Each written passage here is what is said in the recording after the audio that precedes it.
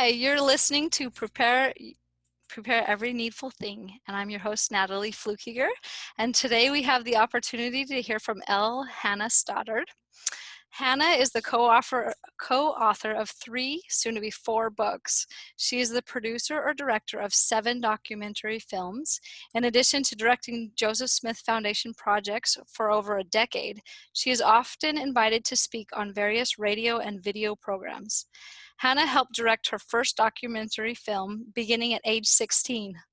She has worked as a history and literature teacher, graphic design artist, software developer, videographer, did I say that right? Videographer, project manager, agriculturist, and research assistant. Her work focuses on church history and doctrine, answers to Latter-day Saint faith crisis questions, educational philosophy, culture, and defending the prophet Joseph Smith. And I'm just really excited about that last part, especially just in the latter days, because a lot of people are struggling with their faith. They are, and I saw that you just came out with a book on that. So Yeah. what has inspired you to find the path that you have found and led you to the mission that you currently have today? Yeah, well, a big part of it was how I grew up, and our family was doing all of these projects together. And so we grew up with it. In fact, this is what we did for school. So that's why I get really passionate about education, and because I feel like so many kids are bored with school, or it's these dumb worksheets that they're constantly filling out and then throwing away. And what we did growing up was we did project-based, but it wasn't just project-based, it was based on these projects that were geared towards helping people and in whatever way our family was best skilled. And so we were able to that's how I kind of found my interests, my specific talents. A lot of my siblings were able to find theirs, was just by doing real things in real life. So that's why I was really excited when I got the opportunity to talk with you about this, because I can get pretty excited about it. So I love that. I love how the foundation of everything is service. So how did your family get started in that? Was that just your dad? I know you talked a lot about your dad being a big influence. Was it your dad, your mom? Like, how did they decide this is what we're going to do for homeschool? We're just going to do real life? Or do you know how that came about? Yeah, so it starts even before I was born with my dad. So when he was at college, he actually went into being a teacher, and that was his dream. Is he was like, I want to change the world. In fact, he would tell us the story growing up. I don't know if you've heard of David Barton, but he's done a lot of work just teaching different providential history stories, like George Washington and how George Washington knew God was in his life and miracles that happened. And so my dad got a copy of one of his videos right off of his mission when he was trying to figure out, like, what should I do with my life? Like, I want to do good. What should I do? And he happened to get that video. It was called America's Godly Heritage. And he just knew, I've got to help people bring God back into every area of life and thought. So that means, I think he would always teach us growing up, everything Satan does tries to take God out, right? That's science or music or the arts or education or anything. It's just like, just get that guy God out, just kick him out, right? And so everything we do, we try to bring God back in. So he went to BYU. He was working on a degree, eventually did some work as a high school teacher.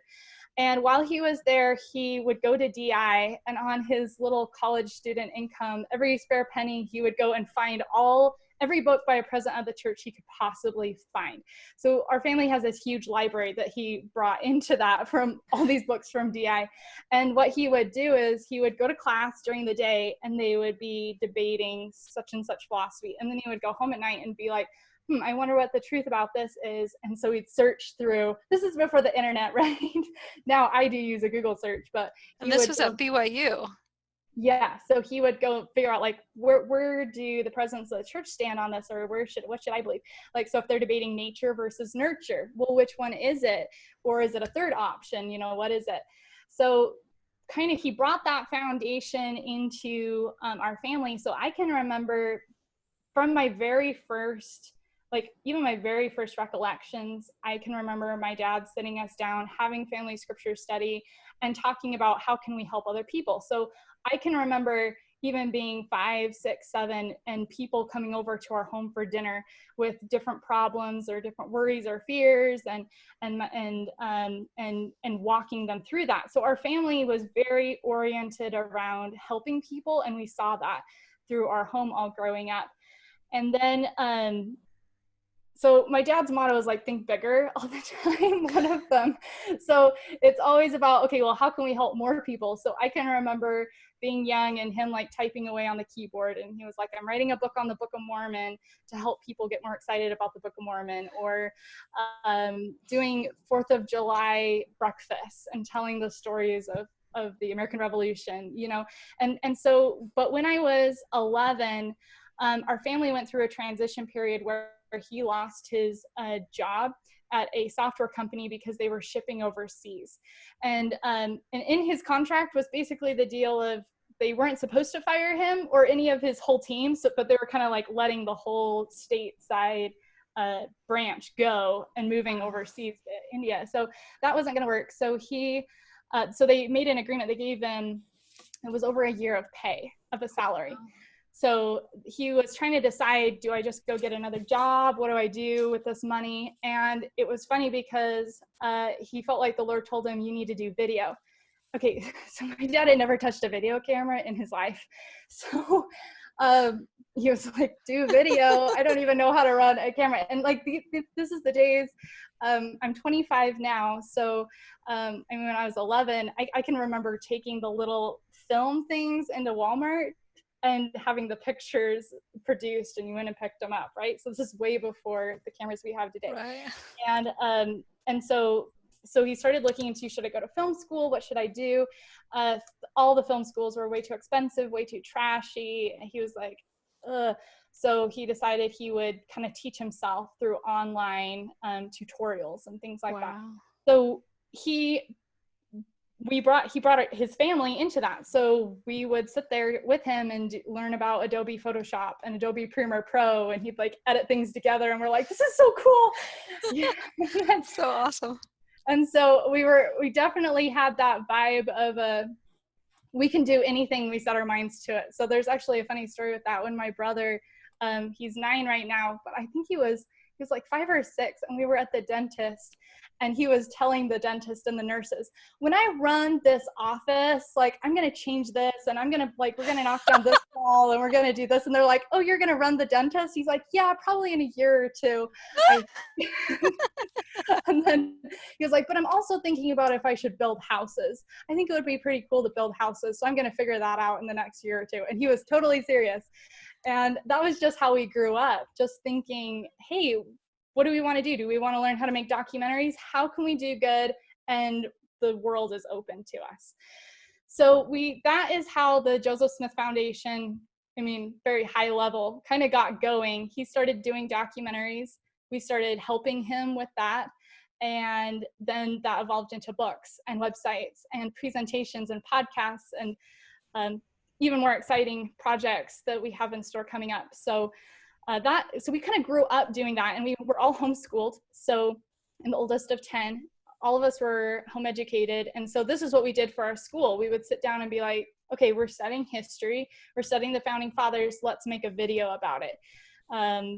If we're gonna, and to do a video, you have to write the script. So to do that, you're gonna need to know English, and you're gonna need to know how to do research. And so then, you know, I remember we were working on the DVD 4-Day Covenant on the Land, which was the first one that I really was involved with. And we had a section on the Pilgrims. So I put this quote in there that didn't make it into the final cut because my dad was like, well, where did you get this from? And I was like, oh, it was on a blog online. And he was like, no, that's not a primary source. Like, where did it come from? Did that person just make it up? I was like, I don't know. So we had a really good discussion about what primary sources were and how you look up original documents, and which is so critical. That is something we're really big on with the Joseph Smith Foundation, is original history sources. Don't take our word for it. Don't take a historian's word from it. Get to the original sources. And we learned how to do that growing up, doing homeschool. So I have 2 questions for you. One, I want to know, like, where have you, I'm sure they're all inspired, of course, but what are kind of the stories that made you have the desire to do this? You did kind of answer that with people were coming to you with faith crises, and asking you for help, and you just wanted to fulfill those needs. But also, in becoming a writer, all of a sudden you just decided, I'm going to be, I can just do this. I'm a writer. So I would love to know that story too. Mm-hmm. Okay. So let me do the first one. So this is actually, I think, a really fundamental principle of education, and that is it should be spirit directed. So there's some different schools of thought. There's the schools of thought where you just follow a curriculum because an expert said you need to know X, Y, and Z, and you do X, Y, and Z, and you don't think about it, right? Right. And then there's the school of thought that maybe more along the lines of a love of learning, where you say, hey, what am I interested in, right? What do I want to learn? And you just delve into it. And then there's really a third school of thought where you go to God and you say, you know, what are we supposed to study? And being willing to trust his answer and pursue that and find where it takes you, because I can promise he loves leading you on these paths that you never thought you would go down. You know, but I like to use the example of Lehi. You know, he's here's a family that basically founded the Nephite nation.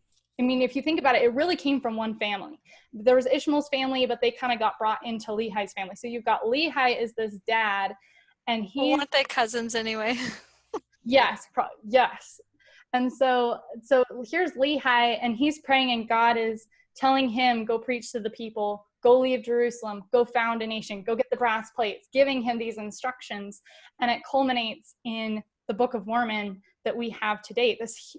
This really, not necessarily an empire, but a huge civilization that's far greater than anything that we really know today in terms of, I mean, if you think about the prophets and the miracles, it's absolutely incredible every time I read the Book of Mormon. And that came from one family, and God had a plan for that family. And I believe God has a plan for every family, not just individuals, but I believe God has a purpose for the family itself. If you think about the restoration of the church, it came from a family.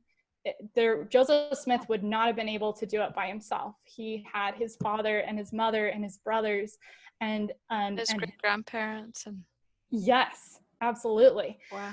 And absolutely, that's a story a lot of people don't know about Joseph Smith's ancestors, but they were part of that too.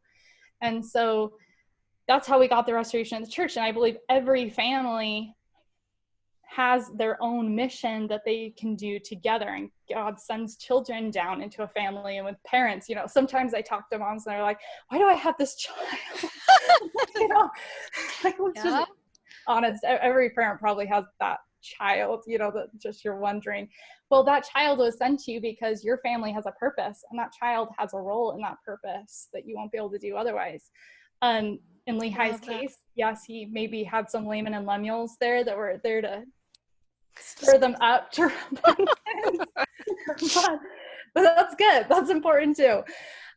So if it's— because without them, they wouldn't exist now, right? Because all the Nephites would have died off. Yes, exactly. Absolutely.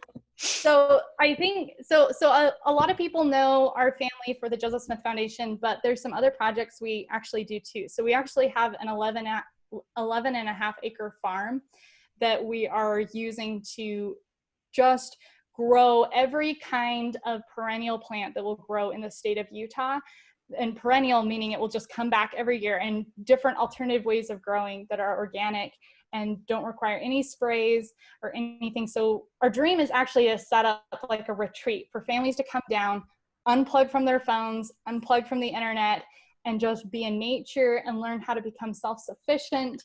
And so we have goats, we have bees, we have chickens, and then we have all of these plants. So we go down to this farm about every week, sometimes twice a week, and we work down there to do all this growing. So that's a big part of our family too.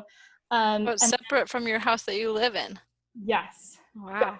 Because we're trying to, we live in Utah County, and we have to like be involved in society and not just be on this farm and be hermits.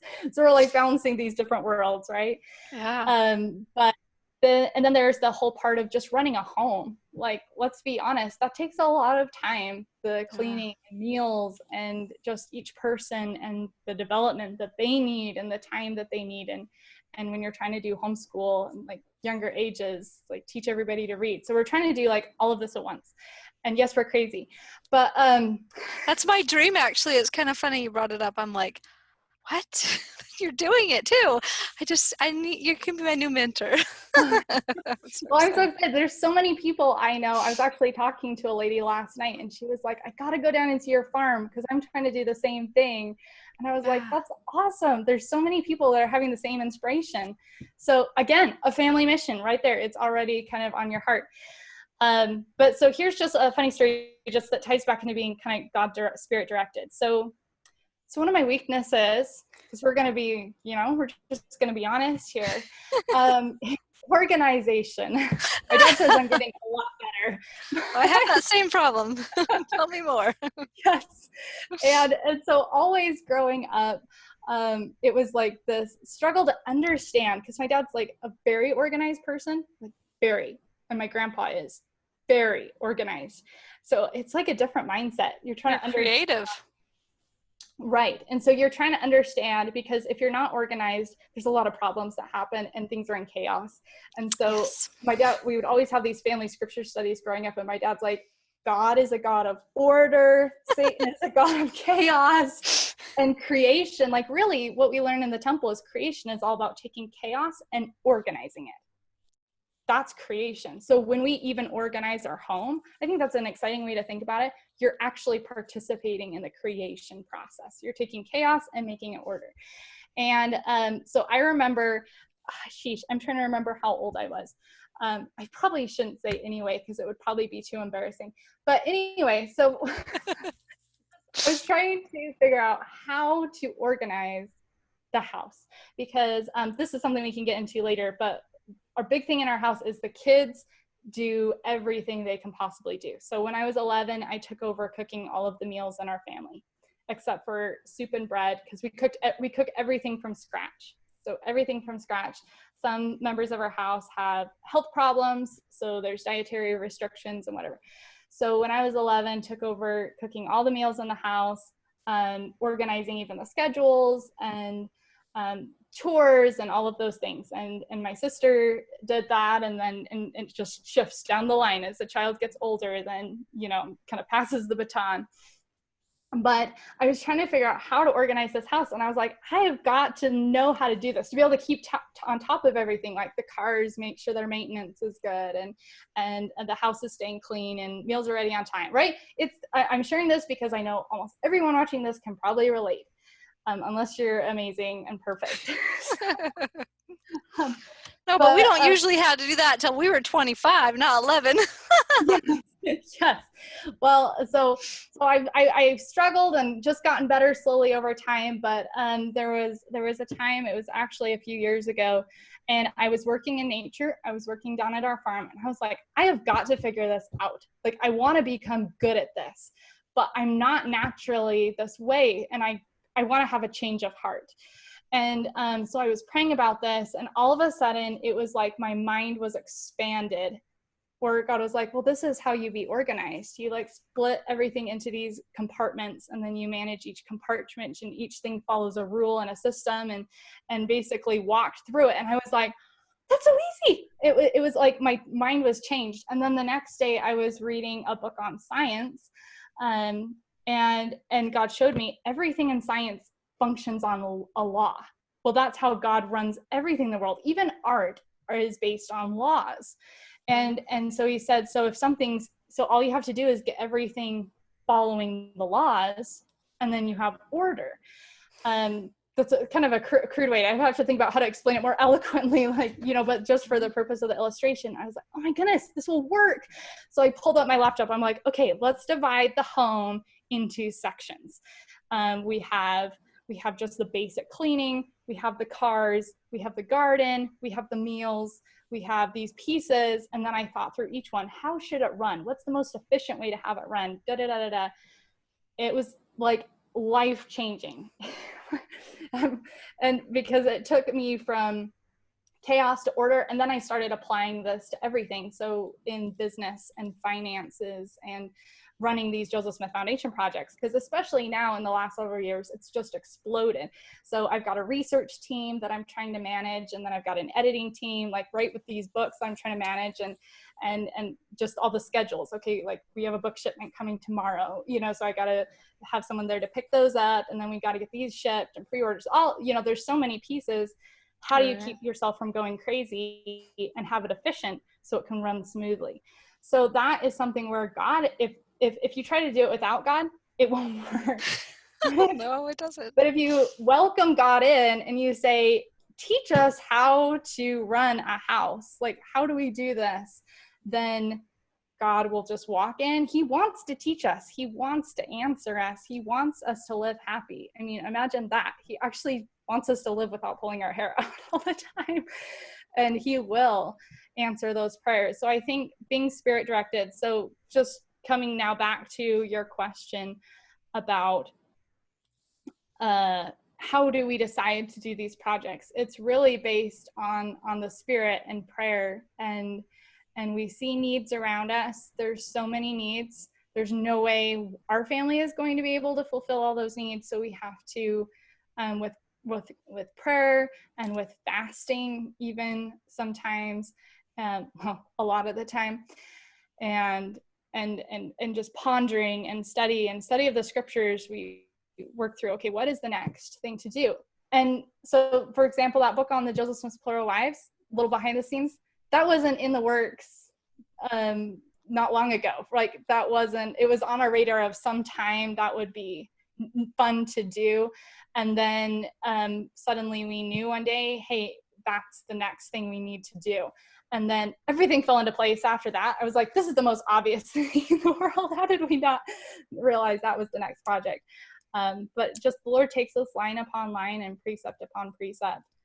So if I can just add one thing, I think that can actually really help kids with obedience, is realizing if the parents are in submission to God, where God is directing them in how they run the house, and how they run the school, and how they run the projects, and how they even choose the rules. If the parents are visibly in obedience to God, then the children realize this isn't just mean mom and mean dad making me do things their way, right? Like this isn't mom saying, you have to do this because I said so, That's like I think that's one of the most terrible things we can tell children is do something because I said so, or because that's the rule, or even just because rules will help us be happy. No, that's not why we do this. We do this because God asks us to, and we love God, and God pours miracles down on our family, and God wants to help our family. And if we follow him, he will help us to accomplish that. And if that can be instilled in the children, kids are naturally good. Kids are not naturally devils. I know that might be hard to recognize in the, terrible Tuesday or something, but inherently they're good kids. And that's why they were sent to, if you're watching this, you're obviously a good person who really cares about their kids. So God is going to send you children, that you can train up to follow God, and are going to want to follow that and are drawn to it. So if you can you can require obedience and base your home on God, then they realize, this really isn't about dad. This really isn't about mom. Mom's not saying you got to get your schoolwork done because otherwise you make me look bad, or because you got to pass this test, or you have to get a good degree, or you got to just do good in school because that's what you do, or you're going to be dumb. Right? But all the reasons fall flat if it's not genuine, if it's not like for God. They notice, they can tell. Yes, kids pick up on hypocrisy really fast. I know that from Yes, personal from personal experience. And so being able to say, well, actually this house isn't about us, this house is about God. That's why we do these projects. That's why we eat the way that we do. That's why we do everything that we do, is to follow God. Then children realize this isn't about me, and they start realizing, and then it starts them thinking, well, is God really real? So when I think I was 16 or 17, and we were working on some projects, and there were some people that were criticizing my dad, basically saying like, this is really dumb. Why are you doing this? This is a waste of time, blah, blah, blah, blah, blah.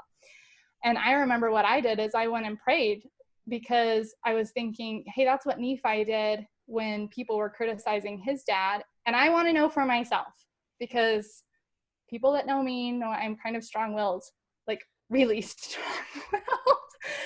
And so I was like, I'm going to do what I think is right. Like, no matter, I don't care if my parents say it or not, I'm going to do what I think is right. So I want to know, is this really what God wants us to do? Or is this just parents chasing a dream or something? And I got my answer, and that's what gave me conviction. So when it was hard, my dad didn't need to drive me, because I was the one setting my alarm in the morning, because I wanted to get up and go to work. And which I think is huge. That's agency motivated, right? The agency education, tapping into them and helping them become converted themselves. So they're the ones driving themselves, not you. Yeah. And that, do you think that that is something that has to happen in the teen years, or is that something that can happen when they're younger? At what point does that happen? It's different. It's individually. Yes, the earlier the better.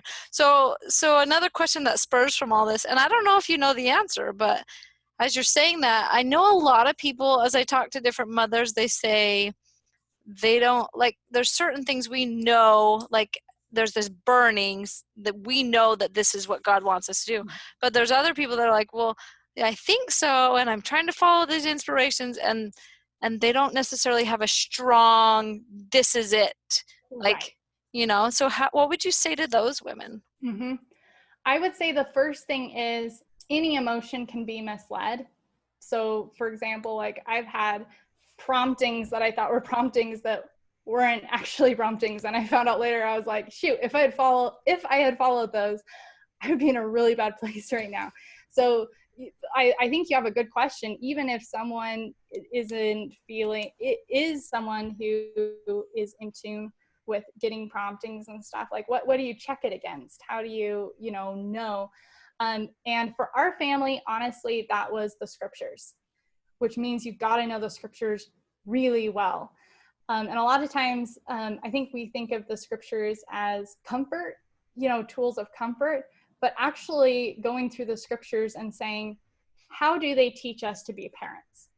So let me use an example that might be like slightly controversial on parenting. So most psychologists would tell you to never compare children, right? You've probably heard that before. I've heard that, yeah.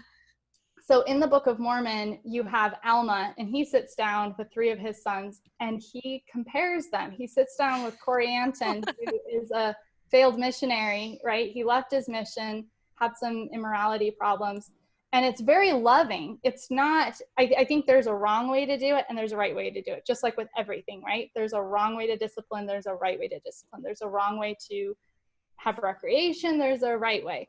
But Alma sits down very lovingly and he says, why didn't you follow the example of your brothers, Shiblon and Helaman? You've got to follow their example, use their strength. They're doing what they're supposed to be doing. Follow them, be like them. And which actually helps later on, because even after Alma the younger passes away, it talks about those 3 brothers working together, like they built a team. So that's just an example where maybe we see something in the scriptures that's maybe different than what's in a parenting book. And so going into the Book of Mormon specifically and saying, what does it look like to be a good parent in the Book of Mormon? Another example is, how many times in the Book of Mormon do you see a youth program saving the youth? Never. It's always parents, and specifically fathers, which I think we have a really huge dearth of fathers that take leadership, that are involved and willing to do that. We've got to raise our sons. We've got to raise our sons to say, this is what a man looks like. He looks like Captain Moroni, and that's possible. He looks like Lehi. He looks like Alma the Younger when he was righteous. Some of them look like Alma the Younger when they're wicked. We're moving her to the righteous. Focus on the right. Yes, Nephi. This is what it looks like to be a father. How does a father love? Like when Alma's talking to his son Shiblon, he's talking to a son who's gone through tons of persecution and killed himself to teach the people. And his father really sits down and has this compassionate session where he's loving his son. He's showing his approval and his love. You can really feel Alma the Younger's love for his son. Well, we need fathers that are doing that for their children.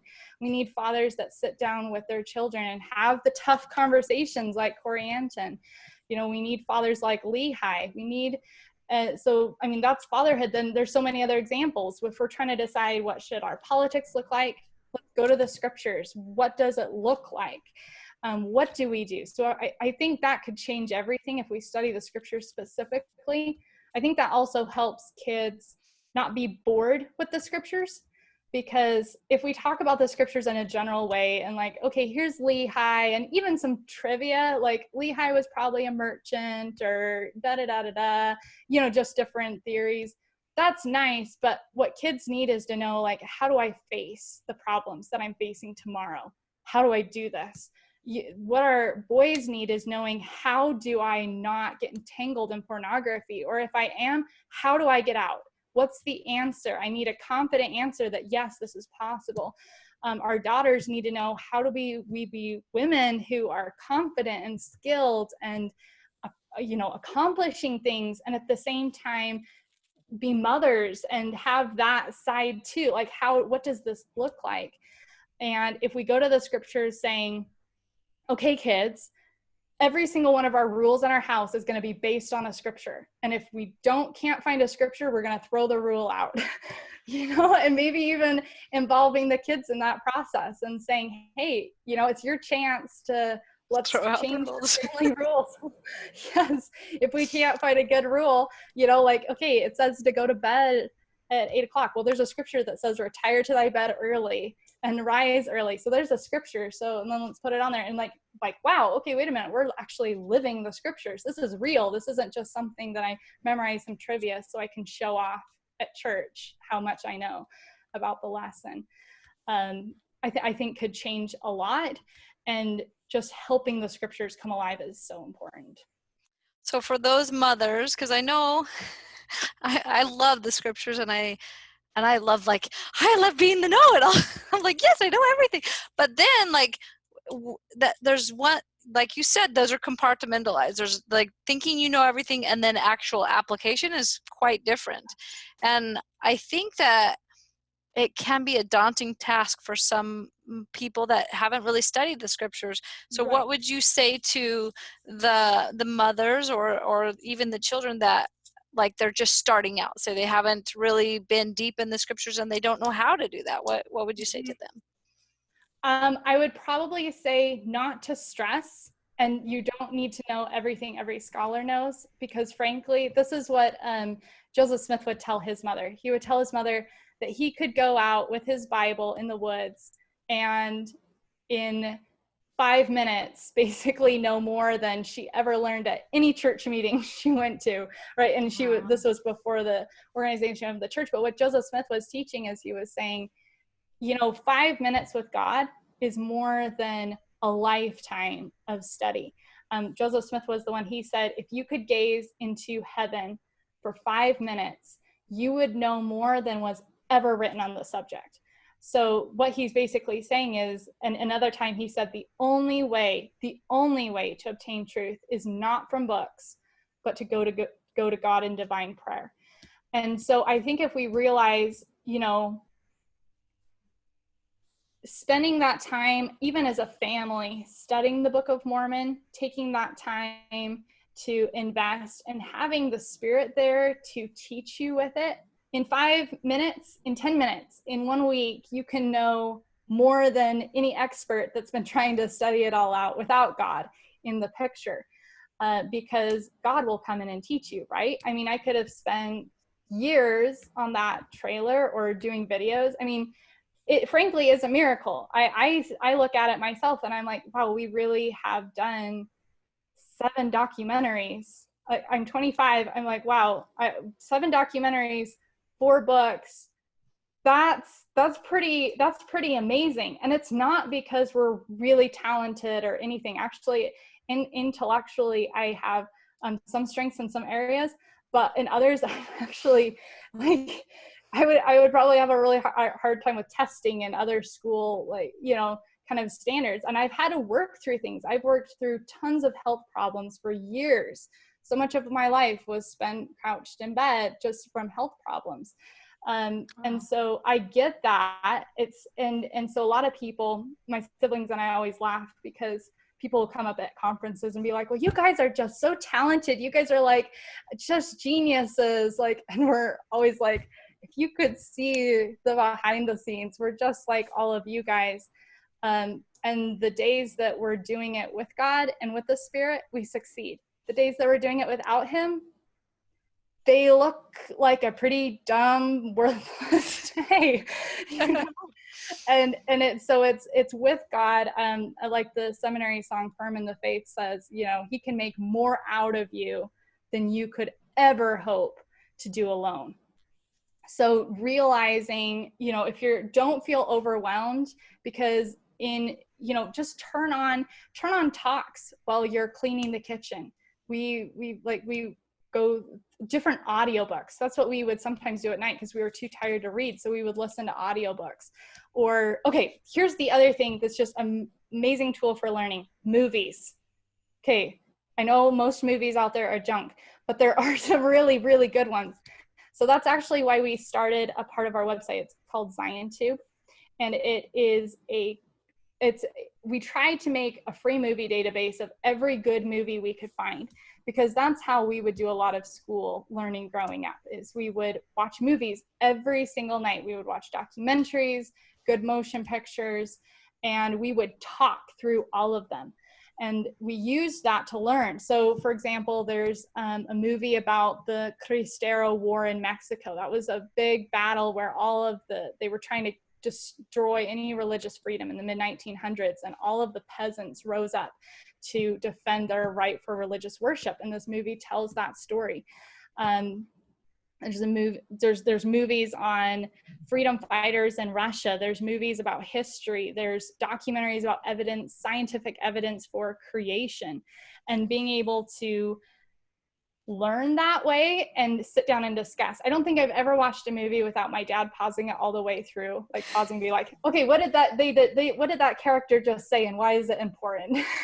I remember one time we did that and I was like, oh shoot, I wasn't listening. Rewind. So we did rewind. But movies are so powerful because they can move you in ways that reading a book can't.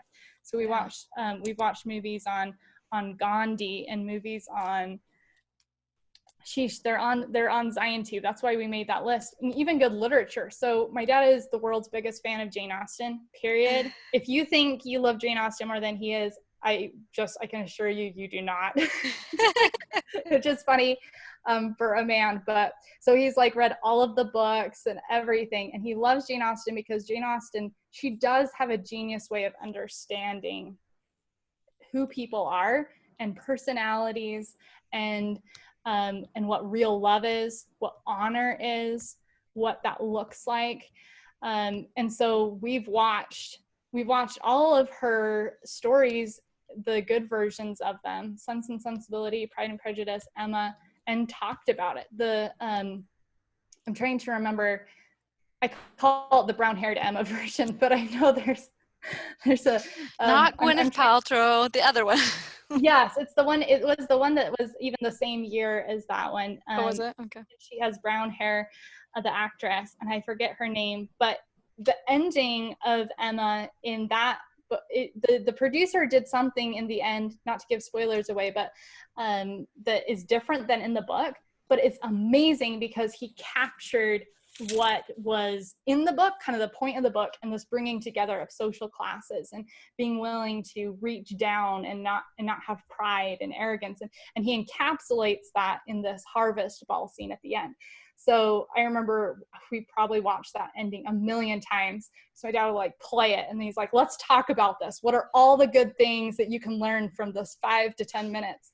And there really is so much. So learning how to analyze movies and using that as a tool to teach is a really fun way to engage people, engage kids. It was very powerful growing up. We would do that a lot. But so I feel like that can be a super amazing tool, and some people naturally are questioners and analyzer, and the child wants to engage in that. So when you have, I currently have a 10, 8, almost 6, almost 4, and 1-year-old.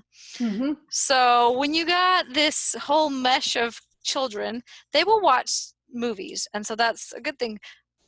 But what would you recommend for types of questions that, like, you start with the little ones, or what's a good question to ask the little ones so that they can kind of engage in it too? Yes. So there is a group of animated videos that we really like. They're called the Torchlighters. Oh, we have those that are so good. Tell me more. Yeah, so there's like free study guides for those on their website, and oh my goodness, the kids here just die over those. They love those. So we use those a lot of times. Those offer really good opportunities to talk about just these principles of sacrifice and what real service looks like. And I'm so glad you guys have them. They are so good. I watch them. I'm like, I know this is a cartoon, but this is amazing. It is. Those are really good. I think this is another thing too. So 100 years ago, children learned how to be able to sit in conversations and pay attention, and just discipline in that way of being able to sit and pay attention when adults were speaking. That is something that is frankly completely lost in our culture. And my dad even comments that he grew up in Idaho, and he said even in that day when he was growing up, he said he can remember home teachers coming over or going to home teaching at a family's home, and they would sit all the kids down and the kids would listen very quietly while the home teachers delivered their message. Whereas right now it's like kids all over with their phones and, "Kid in here, sit down," and they don't sit down and they don't listen. And it's like, well, what do you do? I think that's really very key. Teaching children how to be able to obey and how to be able to sit and listen is so critical, because it will help them later in life. So when I was young, every time my dad would go to visit with somebody important or some kind of meeting, he would always take some of his kids with him. So I can remember one time meeting with Doug Brindley, who is a BYU guy, different authors, even people that were movers and shakers in different ways, or political activists or social activists or authors. And so anytime my dad was talking to anyone, he would expect the kids to be listening too, because, and I can remember there was one time when I was younger and I was like, oh, this is so boring. I was like, I could be home right now. This is my free time. You know, my school's done. Like, why am I sitting here till 10 o'clock at night listening to all these older people talking about something about American principles or something? And then I thought, I was like, you know what, that's just having a bad attitude. I was like, I should really listen and think if I learned something. Well, guess what? I did learn something. But I'm so grateful now, because there are so many things that I learned that I never would have known about. And I think a lot of people don't think that kids can learn to listen, or don't think kids can pick up. They can pick up a lot more than we realize. And helping them, you know, Thomas Jefferson, he was amazing when he was in his teens, and he was, you know, knew several languages and was going to college. And just our expectations for youth are so low, that I think that is really important. Now, when they're toddlers and stuff, and 5, 6, 7, yes, they are growing and they have wiggles and all of that. So just learning, just being natural. And I think that's where following the Spirit comes in, and thinking, you know, what's a movie maybe they can try to grasp some of the principles. You know, they can pick up a lot. All the kids, the youngest here is 5, and they love the Book of Mormon movies, the the church just recently put out, or some of these, and they can pick up a lot that you wouldn't realize at first they're picking up on it, especially if you're pausing it and discussing it with your 10-year-old, then they're listening like, what are they talking about? And, so just weaving that in, doing what you can, and not sweating it. I think that's the biggest thing is, fear is the opposite of faith. So being able to say, Lord, you know how to raise these kids. And I know that if I follow you, somehow 20 years from now, I'm going to look back and say this worked, and being able to follow that inspiration. And studying the scriptures is very important, because God doesn't just work in a vacuum. He works with knowledge and studying and putting good music on in the house. So I know I'm going on a long thing here. This is one thing. I love it. Go on. This is one thing I do want to mention, and that is high standards. So this is something that our family, that my dad really emphasized, and every single broken family that I work with, as soon as they do this one thing, things turn around like you would never believe it. And that is living higher standards, making your home sacred, just like the temple. There is no reason why the temple should be more sacred than your home. If anything, it should be more sacred, because, the music, the music going on, the movies, the entertainment, the dress, we should be refined, and it should be clean, and we should be raising that standard high. So when this is kind of a funny story. So I took a self-defense class, and I met a lady there that was traveling in from out of town one time, and chatted with her a little bit. She was a member of the church. Then we went on with our ways. We did the class and then went on with our lives. About a year later, I got a random Facebook message from this lady, and she said, I never told you this, she said, but when we first met, I knew there was something different about your family, and I don't want to know what it is. She was like, you guys have light, and I want what you have. And it's like, wow, this sounds like an Ensign story. And so I said, I was like, okay, well, what are you kind of thinking about? And she said, well, education. And she said, music. She said, before I went to the first this self-defense class, then the guy running it had told her, and I didn't know about this at the time, but had told her, okay, so we have these Stoddards coming. They're kind of weird. They don't listen to these kinds of music, but they're kind of weird, but we don't play that kind of music. And she said, he was thinking like it was weird. She said, but there was something that sparked in her, and so she wanted to know more. And teaching her this completely changed her life. But this is kind of our family's standard on music. And I think it's important because I have seen so many teenagers saved from literal suicide, apathy, crazy stories you wouldn't even believe through music. So when President Benson, David O. McKay, Harold B. Lee, so many of the presidents of the church taught that we should not listen to any music with a backbeat. That's the offbeat that's in rock, soft rock, hard rock. Said, do not listen to any music with a backbeat.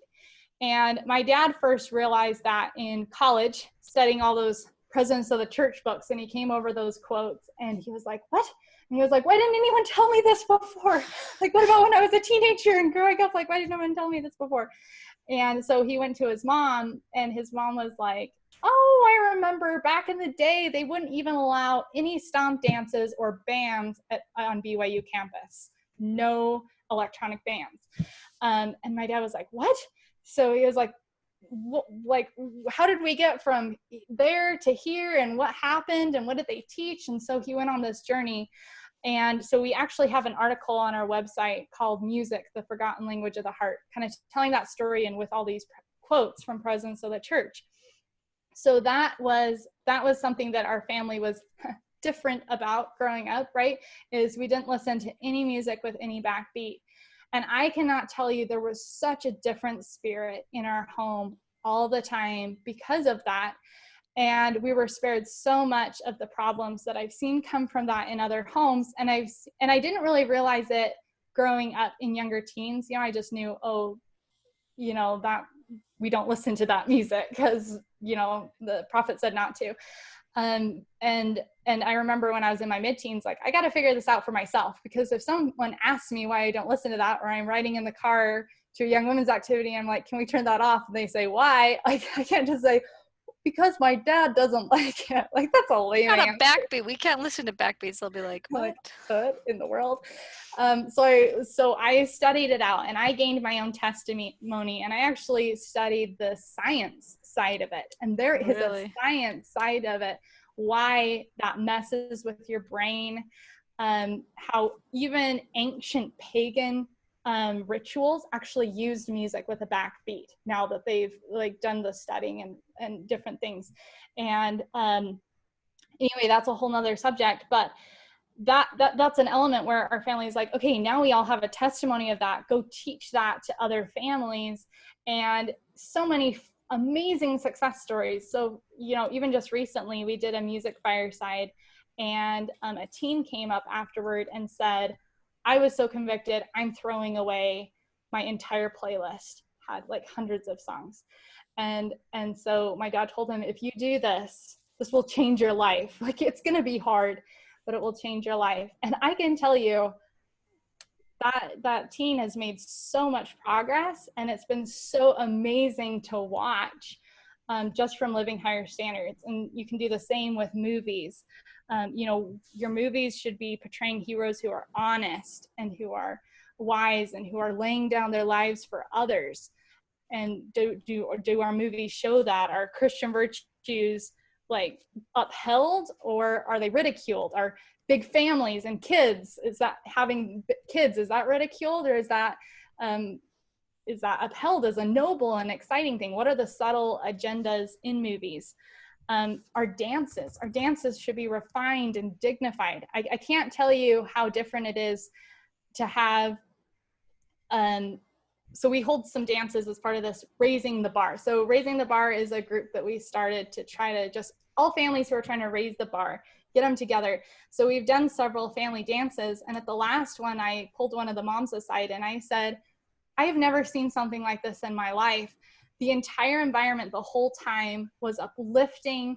No girl felt left out or awkward, or you know what happens at a dance, and they didn't get picked, and so-and-so is kind of like showing off so-and-so, and just all of that was gone because the music was good, the dance was noble, the actions, the movements were noble, they weren't suggestive. Everything about the environment was uplifting, and the youth responded to that. And just doing these different kinds of family dances, Jane Austen period style, different things where you can just line everybody up. Everyone has a partner. No one's getting excluded. It was just beautiful, and everyone was smiling. And I thought, this is really what living higher standards is all about. It's beautiful, and it's exciting, and it's ennobling. It's not restricting, and, you know, everybody walking around in black and white clothes and long faces. Like, this is the real way to be cool. Like, we got to make it cool to be good again, because it really is. It's the best way to live life. So everything from your diet and everything. And I think it's important, as families are cutting out the bad, you have to replace it with good. So if you're cutting out bad music, you got to put good music in its place. You don't create a hole and leave it as a hole. You fill it with good. Right.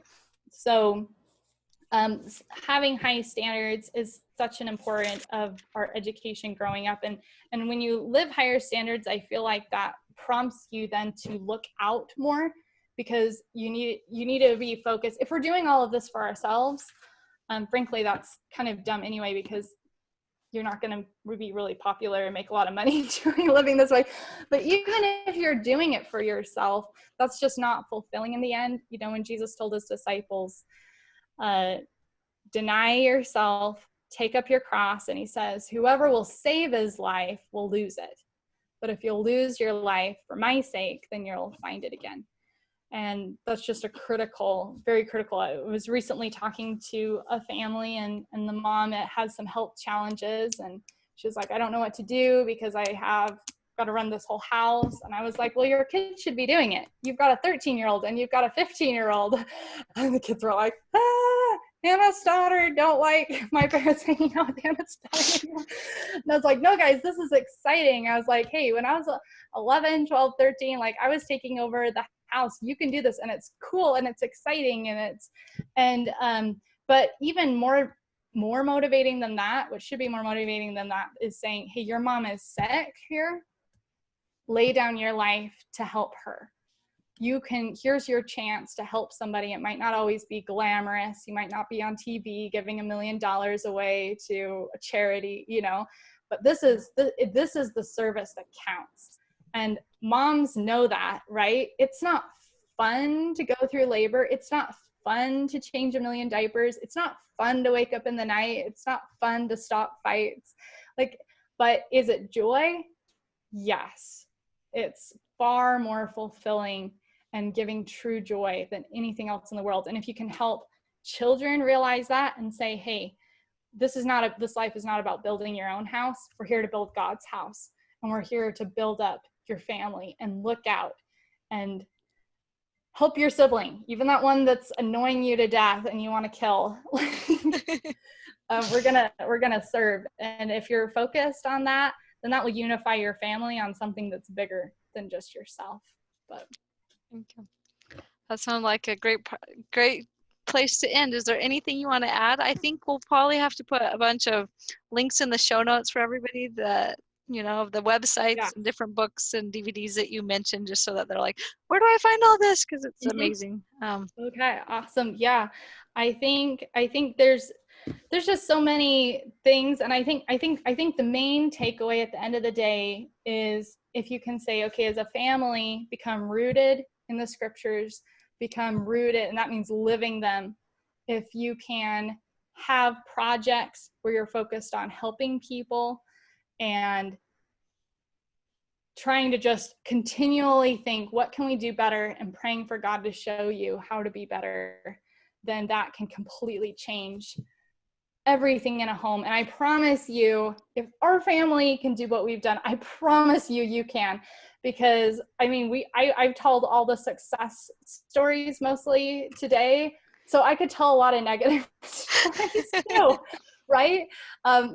Nothing like dark or shady secrets, but not everyone is perfect, and there's trials and different things that have happened, and health problems and financial problems, and it's not like we just gotta hand it to us on a silver tray. So I just want to bear my testimony of the Lord's principles work.